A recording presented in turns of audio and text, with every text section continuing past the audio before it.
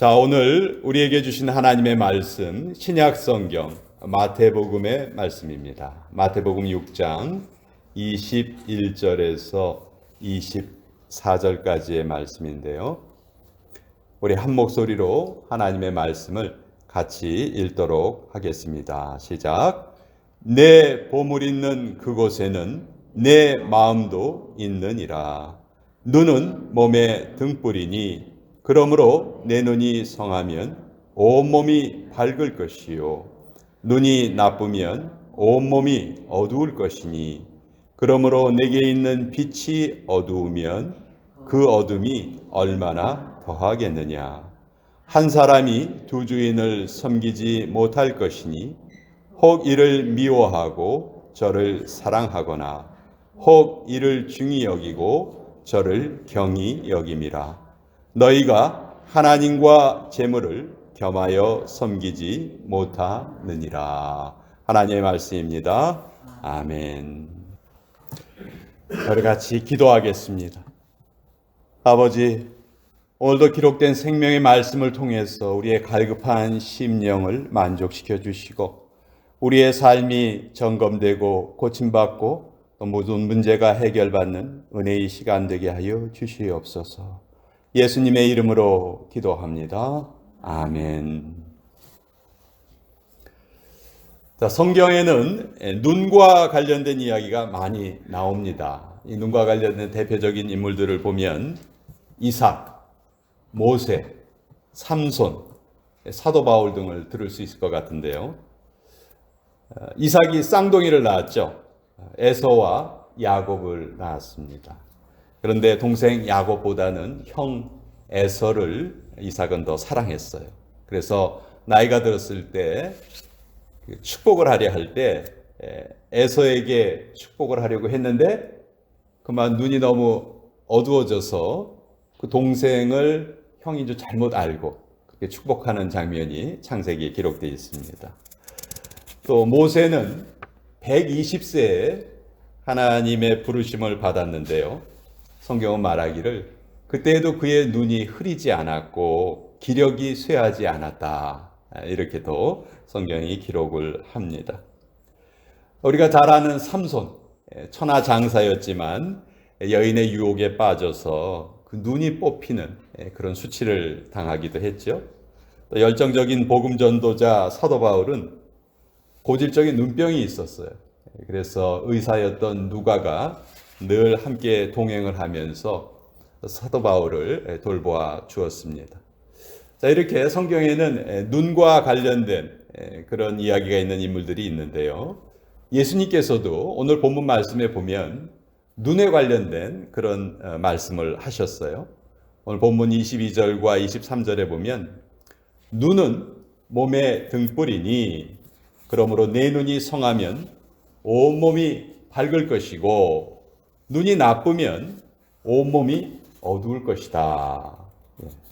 자, 눈이 성하면 온몸이 밝고 눈이 나쁘면 온몸이 어둡다. 도대체 이게 무슨 말씀일까요? 시력이 좋아야 한다는 그런 말씀일까요? 선천적으로 시력이 약하게 태어나신 분들도 계시는데 그럼 그런 사람에게는 이 구절이 어떻게 적용될 수 있겠습니까? 이 구절은 선뜻 이해하기가 좀 쉽지가 않죠. 자, 우리 성경을 읽을 때 어느 구절의 뜻이 명확하지 않으면 앞뒤의 문맥을 살펴보는 것이 아주 도움이 됩니다. 어떤 맥락에서 이 글이 쓰여졌는가. 이 앞구절을 보면 이렇게 돼 있어요. 내 보물이 있는 그곳에 내 마음도 있다. 그리고 뒷구절 24절에는 너희가 하나님과 재물을 겸하여 섬기지 못한다. 자, 이 두 구절 사이에 이 눈에 관련된 이야기가 들어있는 거죠. 그럼 우리가 이 구절도 재물과 관련된 그런 내용이겠구나. 우리가 이렇게 추측을 할 수가 있는 것이죠.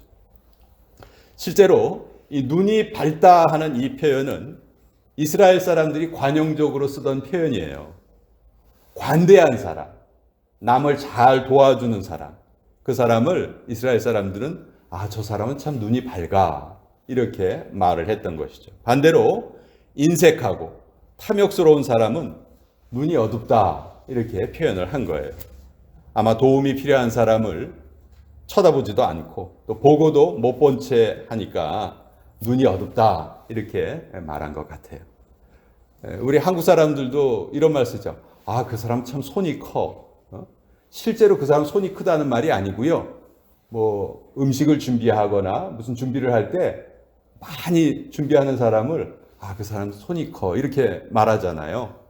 근데 우리가 이것이 관용적인 표현이라는 것을 모르고 아, 여기에서 손은 무엇을 의미하는 것인가 뭐 그거 고민하면 안 되겠죠.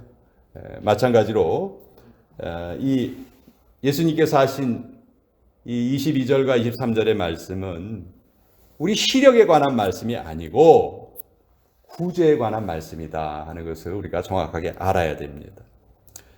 그 구제를 잘하는 사람은 그 인격 전체가 다 빛나는 사람이고 그렇지 않은 사람은 인격적으로 아주 성숙하지 못한 사람이다. 예수님이 이 말씀을 지금 하고 계신 거예요. 자, 오늘은 우리 구제에 대한 말씀을 좀 나눠보려고 하는데요. 성경에는 가난한 자들을 향한 하나님의 관심이 300구절이 넘게 성경에 기록이 되어 있습니다. 그만큼 하나님께서는 타인을 도와주는 것을 기뻐하신다는 그런 의미겠죠. 그런데 하나님께서 이렇게 깊이 관심을 가지시는 것에 대해서 우리가 만약 관심이 없다면, 우리가 무관심하다면 우리는 올바로 신앙생활하는 것이 아니겠죠. 하나님의 마음을 우리가 제대로 아는 것이 아닐 것입니다. 지금 대부분의 우리 성도들이 가난한 자들을 대하는 태도는 좀 잘못되어 있어요. 결코 사랑의 마음으로 대하지를 못합니다. 관심이 아예 없거나 혹은 그들을 좀 낮춰보는 경향이 있습니다. 아, 그 사람들이 가난한 것은 그 사람들이 잘못 살았기 때문이야. 그래서 가난한 거지 뭐. 우리 그렇게 생각하는 경향이 있어요. 그래서 그들에게 가까이 가려 하지 않고 또 그들과 어울리려 하지 않습니다. 그런데 우리가 성경을 잘 읽어보면 하나님은 절대로 그렇지 않으세요. 오히려 다른 사람들보다 하나님은 가난한 자들에 대해서 더 관심이 많으시다 하는 것을 우리가 알 수가 있습니다. 여러분, 성경에 보면 가난한 자를 도와라 이런 구절이 참 많은데 그거 해석하는데 전혀 어려움이 없습니다. 여기에서 가난한 자는 누구인가 우리가 그 고민할 필요가 전혀 없죠. 단지 뭐가 어려운 거예요?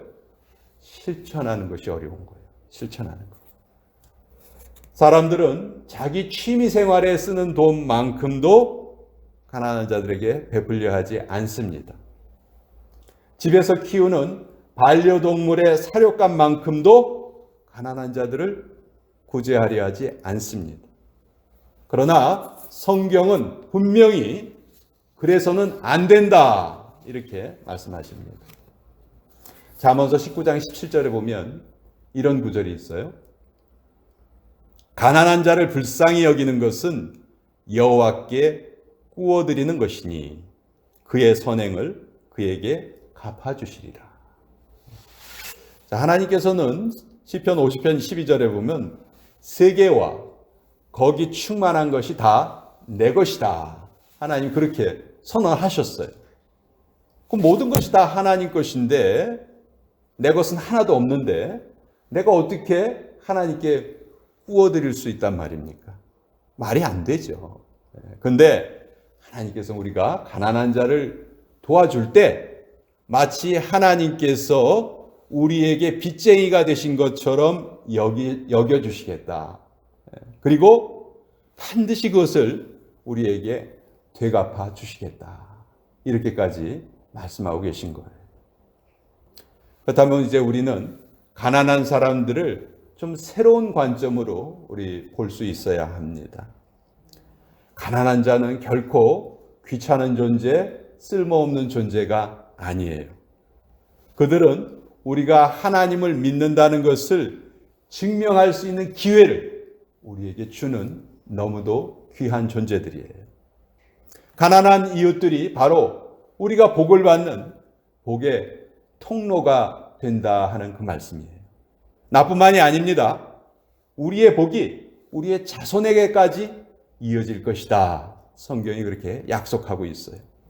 시편 37편 25절에서 26절까지의 말씀을 보면 내가 어려서부터 늙기까지 의인이 버림을 당하거나 그 자손이 벌식함을 보지 못하였도다. 저는 종일토록 은혜를 베풀어주고 꾸어주니 그 자손이 복을 받는도다. 자, 내가 선을 베풀면 나의 자손이 걸식하는 경우가 없다 하는 거예요. 나의 자손에게까지 하나님이 복을 베풀어 주시겠다. 가난한 자를 돕는 자에게 이런 복을 하나님이 약속하고 계신 거죠. 예수님도 주라고 하셨어요. 그러면 준 만큼만 우리가 받는 것이 아니고 후히되어 누르고 흔들어 넘치도록 하여서 너희가 도로 받게 될 것이다. 이렇게 예수님께서도 말씀하셨죠.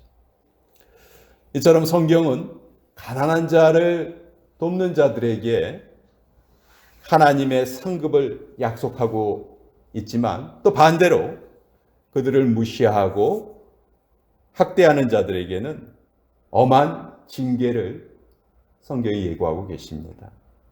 잠언서 14장 3절에 보면 가난한 사람을 학대하는 자는 그를 지으신 이를 멸시하는 자요.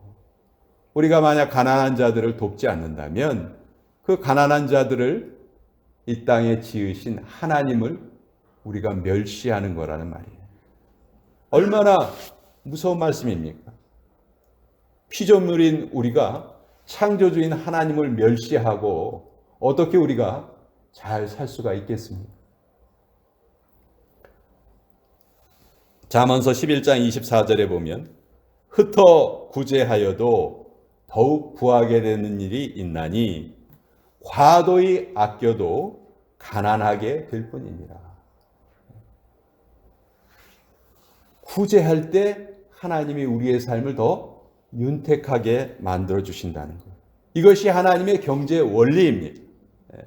꼭꼭 숨겨두고 안 먹고 안 쓰다가 써보지도 못하고 하늘나라 가지 마시고 내가 못 쓰는 거는 결코 내 것이라고 할 수 없지요. 나누고 베풀고 더해주는 것만이 진정한 내 것이다. 우리가 그것을 알아야 합니다. 우리는 가난한 사람을 돕는 것을 정부나 사회기관에 또 맡기려고 해요. 나는 너무 힘이 약해. 내가 뭘 할 수 있겠어? 그거는 정부가 나서서 하는 일이고 큰 기관이 하는 일이야. 그런데 마태복음 25장을 보면 예수님께서 양과 염소를 분류하세요. 양은 말씀을 잘 지킨 자들이고 염소는 말씀을 제대로 안 지킨 자들을 상징해요. 근데 그때 예수님이 양을 나눌 때 무슨 정부, 기관 이렇게 나누지 않으셨어요. 한 사람 한 사람씩 나누셨어요. 그래서 우리는 결코 가난한 사람을 돕는 것을 누구에게 또 맡겨서는 안 된다는 거예요. 그것은 우리의 몫이라는 거죠. 또한 구제를 단순히 어려운 사람을 도와주는 그런 사랑의 실천 정도로 그렇게 이해해서는 안 됩니다. 그렇다면 우리 교회에서 하는 구제가요, 정말 그런 선진국의 그 정부가 추구하는 그런 복지의 개념보다도 더 약할 거예요. 실제로 그 규모라든지 그런 것이 더 작잖아요. 그렇지만 성경이 말하는 구제는 뭐냐면 하나님의 긍휼과 자비, 즉 하나님의 사랑이 우리의 손과 발을 통한 구체적인 행동으로 보여지는 영적인 사건이라는 거예요. 이것이 일반 사회의 구제와 우리 교회의 구제가 다른 점이에요. 교회가 베푸는 구제는 영적인 사건이에요. 여기에는 깊은 의미가 담겨져 있습니다. 그래서 인간이 하는 어떤 선한 행위 그 이상의 깊은 의미가 우리 성도들의 구제에는 담겨져 있다 하는 말입니다. 우리가 감사주일을 맞이해서 지금 음식을 모으고 있죠. 많은 분들이 함께 동참해 주셔서 얼마나 감사한지 모릅니다. 그렇지만 이것이 결코 일회성 행사에 그쳐서는 안 됩니다. 저는 가장 가치 있는 투자는 사람에게 하는 투자라고 생각합니다. 그렇게 믿고 있습니다. 그것도 우리에게 갚을 능력이 없는 자들을 도와준다면 그것이 성경이 말하는 가장 큰 선행입니다. 예를 들어서 우리 월드비전이라는 기관을 통해서 한 달에 39불의 돈으로 도움이 필요한 한 어린이를 도울 수 있습니다. 이 월드비전이 우리 한국을 통해서 생겨났다는 것을 모르시는 분들이 참 많으신 것 같아요.